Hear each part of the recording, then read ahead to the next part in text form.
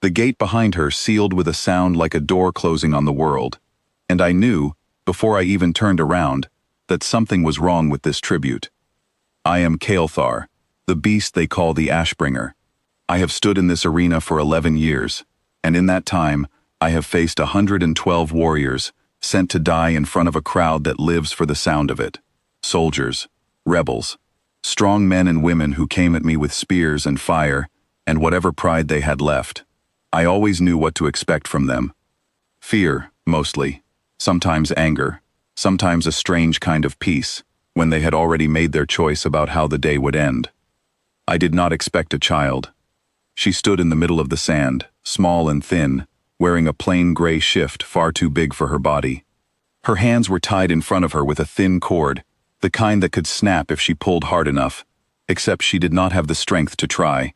She could not have been more than 8 years old.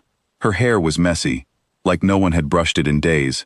Her eyes were red from crying, but her face was still. Above us, the stands were packed. Thousands of the ruling species sat in their high stone seats, 4 eyes each, all of them fixed on the small figure below.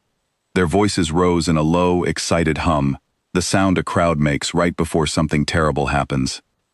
A voice came through the speakers, calm and cold, translated so every world watching could understand it. This is the price of continued resistance from the human colonies.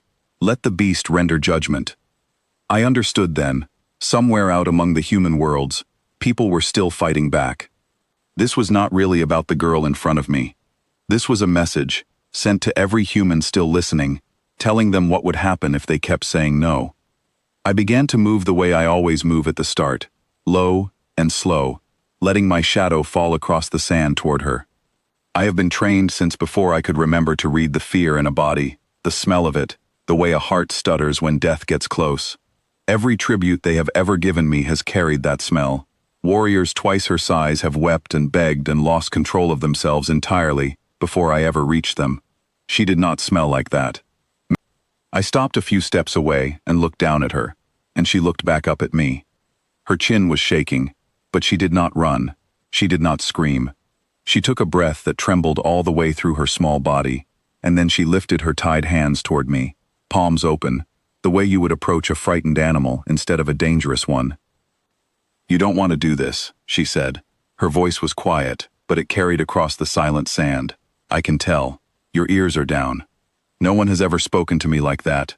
Not the handlers who raised me from a cub, not the guards who feed me, not any of the 112 who came before her. They all spoke to me as if I had no choice in anything, because for 11 years I never did. They probably told you I did something bad," she went on, "but I didn't. I don't even know what's happening back home right now. I just want to go back to my mom."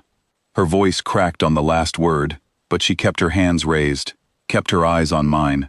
"I don't think you want to hurt me. I think somebody is making you."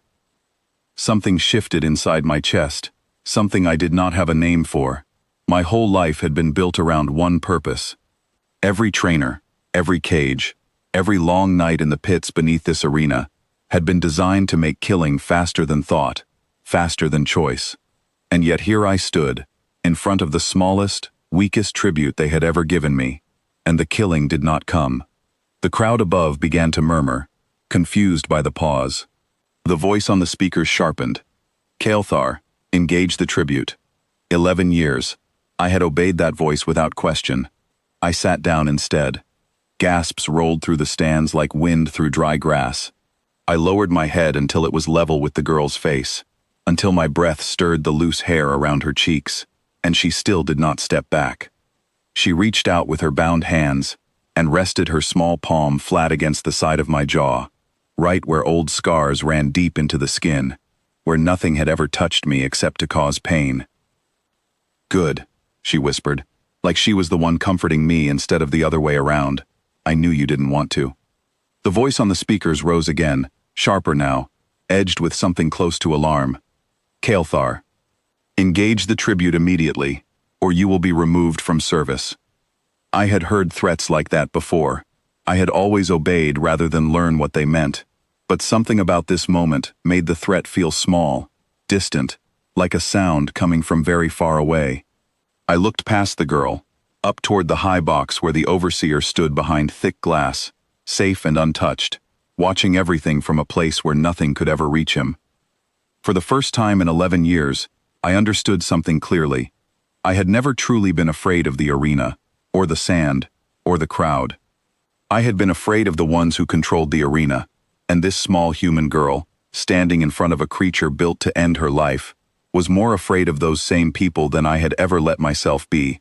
And still, she stood there with her hand against my face, like I was something worth trusting. I rose to my feet.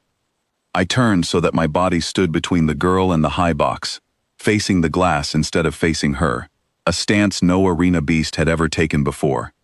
Then I opened my mouth and let out a sound that shook dust loose from the old stone walls, a sound that was not the roar they trained into me for killing. It was something older, something that remembered what it felt like to be wild, before cages, before handlers, before 11 years of obedience. The crowd fell into stunned silence. Somewhere above, I heard shouting. Orders passed back and forth in a hurried panic. Guards began moving along the edges of the arena floor, weapons raised, uncertain of what they were seeing. The girl's hand tightened slightly against my jaw. I could feel her heartbeat through her palm, fast and light, but steady. "They're going to send more of them," she said quietly. "I've seen this before. They don't like it when things don't go the way they planned." I lowered my head again, close to her ear, and though I could not speak her language, I hoped she understood the meaning in the low sound I made. I would not let them take her from this spot without a fight. Not anymore. Not after 11 years of silence. The first guard reached the edge of the sand, weapon raised, calling out orders I no longer had any interest in following.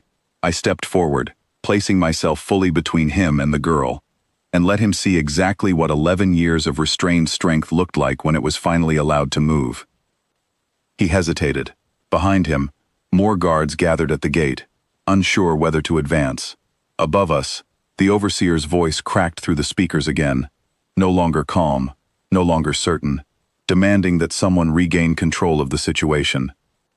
But control was already slipping away from them, piece by piece, the way sand slips through fingers no matter how tightly you close your hand.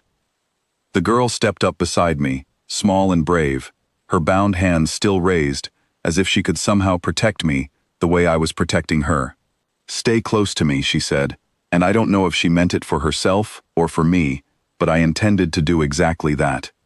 The guards at the gate exchanged uncertain glances. None of them stepped forward. None of them wanted to be the one to test how far my patience would stretch, now that it had finally run out. High above, murmurs spread through the crowd like fire through dry grass, and for the first time in the history of this arena, the watching thousands were no longer certain who the monster really was. I did not know what would happen in the moments after this one. I did not know if the guards would finally find their courage, or if the overseer would send something stronger down into the sand to finish what I had refused to do.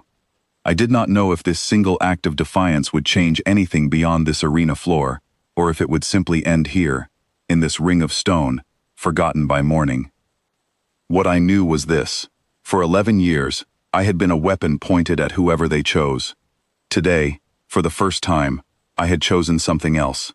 A small girl with tied hands had looked at me, and seen not a monster, but a creature that only needed permission to stop. She had given me that permission. No one else ever had. Whatever came next, through that gate, from that crowd, from the voice still shouting above us, I was done being their weapon. I stood my ground on the sand, the girl close beside me, and waited to see who would be brave enough to come and take her from me now.